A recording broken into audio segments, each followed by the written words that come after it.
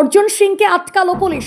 লেলিন নগরে গতকাল গোষ্ঠী সংঘর্ষে যে ঘটনা ঘটেছিল সেই এলাকা পরিদর্শনে যাওয়ার কথা ছিল ব্যারাকপুরের প্রাক্তন সাংসদের। ইছাপুর বাজারের কাছে বিশাল পুলিশ বাহিনী তাকে আটকায়। শুরু হয় ব্যাপক ধস্তাধস্তি। না, এখানে 163 আছে, মানে এখনকার বিএনএস 163, আগেকার 140।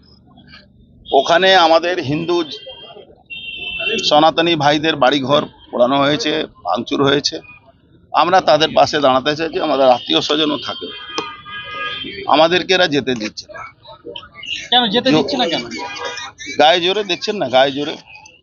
এই যদি ওনার উপরে হামলা হয় তাহলে উনি বলবেন কি আমাদের উপরে বিজেপি লোকেরা গুন্ডামি করছে। কিন্তু আজকে যে রাস্তায় উনি এখতিয়ার করেছেন, এই রাস্তায় উনি হাঁটতে পারবেন তো? উনি ব্যারাকপুর শিল্পাঞ্চলকে চিনেন না, হয়তো শেষ রিটায়ারমেন্টের সময় উনি আই চাকরিতে এসছেন, কিন্তু এটা উনি ঠিক করছেন না। আমাদেরকে আটকিয়ে উনি ঝামেলা আটকাতে পারবেন? এই যদি ঝামেলা আমরা চাই যদি করাতে, তাহলে ওনার বসের রোগ আছে। ব্যারাকপুরকে উনি জানেন না? ব্যারাকপুর কোন জায়গা? ওনাদের তো কোনো মতে আটকানোর রাইট নেই।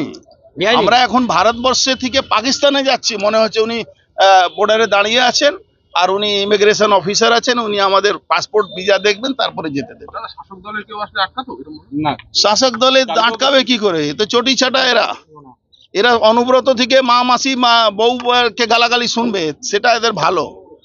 কিন্তু এরা বুঝতে পারছে না আরো 3 মাস পরে এদের কি হাল হবে, সেটা বাংলার মানুষে দেখবে, এরাও দেখবে। পুলিশকে দ্বিচারিতা ভূমিকায় রয়েছে নাকি? পুলিশ দ্বিচারিতা না, পুলিশ দলদাস হয়ে কাজ করছে। পুলিশ একটা দলদাস হয়ে কাজ করছে। এরা আগুনে ঘি দিচ্ছে, আমি বলছি এনাদেরকে আগুনে ঘি দিচ্ছে। যদি কোথাও ঝামেলা লাগাতে হয় ব্যারাকপুরে, তা তার জন্য রোডে আসতে হবে নাকি আমাদের? তেমনি ঝামেলা লেগে যাবে, আর উনি আটকাতেও পারবেন না। উনি ভুল করলেন আজকে আমাদেরকে আটকিয়ে, এই ঝামেলাটা উনি রুখতে পারবেন না। কালকে রাত্রে যখন ঝামেলা হয়েছে, এখানে তৃণমূলের চেয়ারম্যান রমেন বাবু ঘটনাস্থলে এসেছিলেন। আজকে আপনি যখন জিতে গেলেন আপনাকে বাধা। সেটাই তো বলছি, আমি হিন্দু আছি, ওরা কনভার্টেড হিন্দু আছে। ওরা তো হিন্দু নামে আজকে সব ওখানে আজকে দেখুন বাংলায় কি হচ্ছে, বাঙালি হিন্দুদের উপরে আবার ঘা পড়েছে। আগে কি ছিল? আগে হিন্দি ভাষী হিন্দুদের উপরে ঘা পড়তো, সবসময় তার উপরে অ্যাটাক হতো। এখন শুরু হয়েছে মুর্শিদাবাদ থেকে, তারপরে মহেশতলা, তারপরে গেরুলিয়া। লেলিন নগর এমন একটা জায়গা যেখানে বাঙালি হিন্দুরা থাকে, সেখানে তাদের উপরে কিভাবে জেহাদিরা কালকে গালাগালি করেছে, আক্রমণ করেছে, ভাঙচুর করেছে, সেখানে এরা যাবে না। আমি দেখেছি, পুরো ভিডিও আমার আছে, মানে ডাইরেক্ট ওখান থেকে ভিডিও আমাদেরকে লোক দেখিয়েছে এদের সামনে। পুলিশের কাছে 163 চাইলেন, দেখাতে পারলো পুলিশ? না, নেই তো এদের কাছে। এরা 163 লাগু করেনি তো, কিন্তু আমাদেরকে আটকাচ্ছে কি আইনে? জোর করে। এই যে ওদের উপরে ঝামেলা করব আমরা, তখন ওরা বলবে কি আমাদের গায়ে হাত দিয়েছে।